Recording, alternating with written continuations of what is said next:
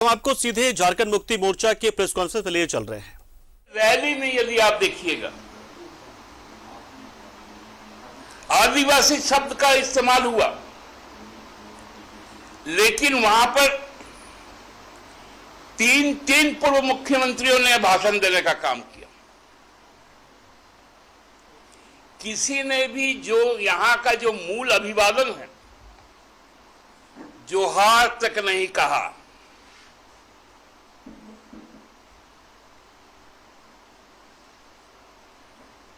आदरणीय नड्डा जी, चूंकि मध्य प्रदेश में उनका ससुराल है, इसलिए उनको याद आया। छत्तीसगढ़ में बोला जाता है जय जोहार, लेकिन बिहार में, झारखंड में, उड़ीसा में, बंगाल में रहने वाले जो आदिवासी भाई बहन हैं, वो केवल जोहार बोलते हैं। चूंकि वहां पर एक छत्तीसगढ़ का भी व्यक्ति उपस्थित था, इसलिए उनको जय जोहार याद आया, जोहार याद नहीं आया। जो यहां के पहले मुख्यमंत्री थे, उनको भी जोहार याद नहीं आया। सोते जागते जो एक नाम आजकल वो लोग जपते हैं, दो पूर्व मुख्यमंत्री और राष्ट्रीय अध्यक्ष हेमंत सोरेन का नाम जपने लगे। हेमंत सोरेन से आपको इतनी तकलीफ क्यों है?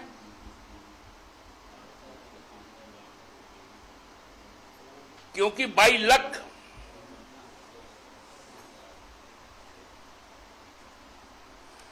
आपके पास दो विधायक जीतकर आए, वो भी खटिया खड़ा ही था। आपके मंत्री को अब याद आता है कि जनजाति समाज में कुछ जातियों को और जोड़ना है, जिसमें खुद उनका अपना एक जाति है। हालांकि वो कानून अभी बना नहीं। ये डर दिखाता है कि आज उनको विश्वास दिलाने के लिए रैली आयोजित करनी पड़ती है। 50,000 लोग, 50,000 लोग जो वहां उपस्थित थे, उनका कहना है उसमें से भैया 1 जीरो हटा दीजिए। तो मतलब 5,000 लोग, जिसमें तो लगभग 32 कलाकार मंडली थी, तो 2,500 तो वैसे हो गए, 500 सुरक्षाकर्मी थे,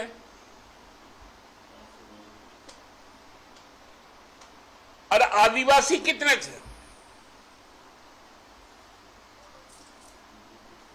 पूरे एंटायर कवरेज को हमने देखा है। आदिवासी चेहरे विलुप्त थे। इसलिए हम लोग कह सकते हैं आज का उनका रैली विश्वास रैली नहीं था, आदिवासियों के साथ किए गए विश्वासघात रैली था। यही बाबूलाल जी, रघुवर जी के समय पर CNTSP के खिलाफ जब छेड़छाड़ हुई, तो जो आंदोलन चला उसमें शामिल थे। आज वो बढ़ाई करते दिखे। अरे गिरगिट भी इतना जल्दी रंग नहीं पलटता है जितना आज हम लोगों ने देखा बाबूलाल जी को पलटते।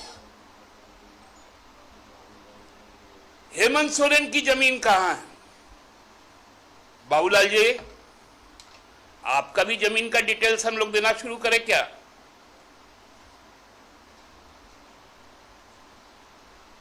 अब इस स्तर पर आप लोग उतर आए हैं क्या? आपके जो मुख्यमंत्री थे रघुवर जी, 5 साल में 25 बार जमीन घोटाला का बात किए थे, एसआईटी का गठन किए थे, जांच इनिशिएट करने की बात किए थे। क्या हुआ?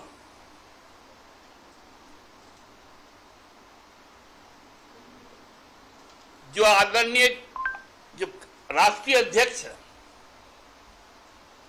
उनका आज पूरा बॉडी एक्सप्रेशन बता रहा था कि वो लोग कितना घबराए हुए थे, आंकड़े गिनाने लगे। देश का जो एनएसओ है,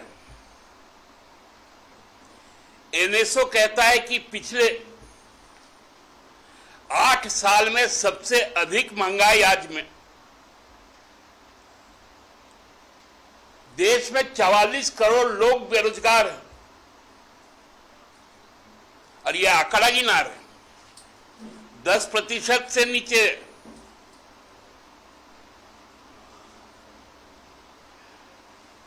रोजगार 2 करोड़ देंगे हर साल। कहां गया 16 करोड़ का रोजगार?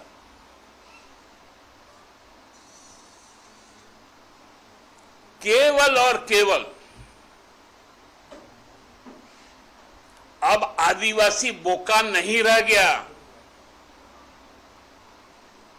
अब आदिवासी समझ गया है कि उसकी पहचान के साथ जो खेलने वाले लोग हैं, उसको कैसे राजनीतिक तौर पे हाशिए पे रखा जाए। इसलिए उनको अब विश्वास दिलाने के लिए आना पड़ रहा है।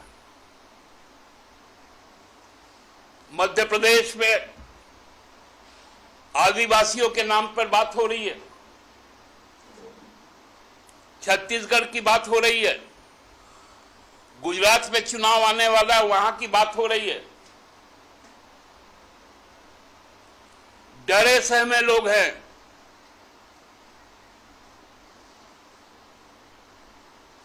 इसलिए ये विश्वासघात जो उन्होंने आज तक किया था, उसका सजा उन लोगों को मिला है। और राष्ट्रीय अध्यक्ष जी को बोलना चाहिए कि सरना धर्म कोड को लेकर भारत सरकार जल्द निर्णय लेगी, और उसको जनसंख्या की जब गणना होगी तो जाति के साथ साथ उस धर्म का भी स्थान हो, जातीय जनगणना भी हो, साथ में आदि धर्म सरना का भी स्थान हो। यदि इस काम को नहीं भारतीय जनता पार्टी करती है, इसी महीने हम लोग राष्ट्रपति जी से मुलाकात करेंगे पार्टी के प्रतिनिधिमंडल के द्वारा, और उनको आग्रह करेंगे उनके अंतिम कार्यकाल का जो अभी फेस चल रहा है, उसमें इस धर्म के संबंध में वो भारत सरकार को निर्देशित करने का काम करे। आज इतना ही कहना था इस संदर्भ में। कोई सवाल है तो वो आमंत्रित है।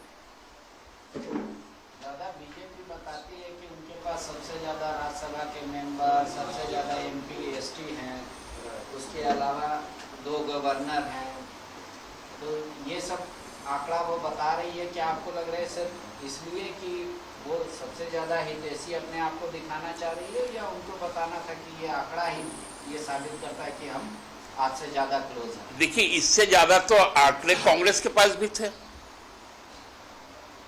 उस समय तो भारतीय जनता पार्टी का संख्या 2 ही था। वो आंकड़ा क्यों छुपाते?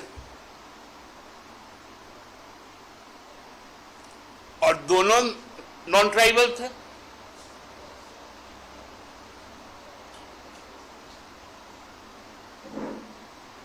तो इसलिए आंकड़ा यदि देना ही है तो झूठ नहीं बोलना चाहिए।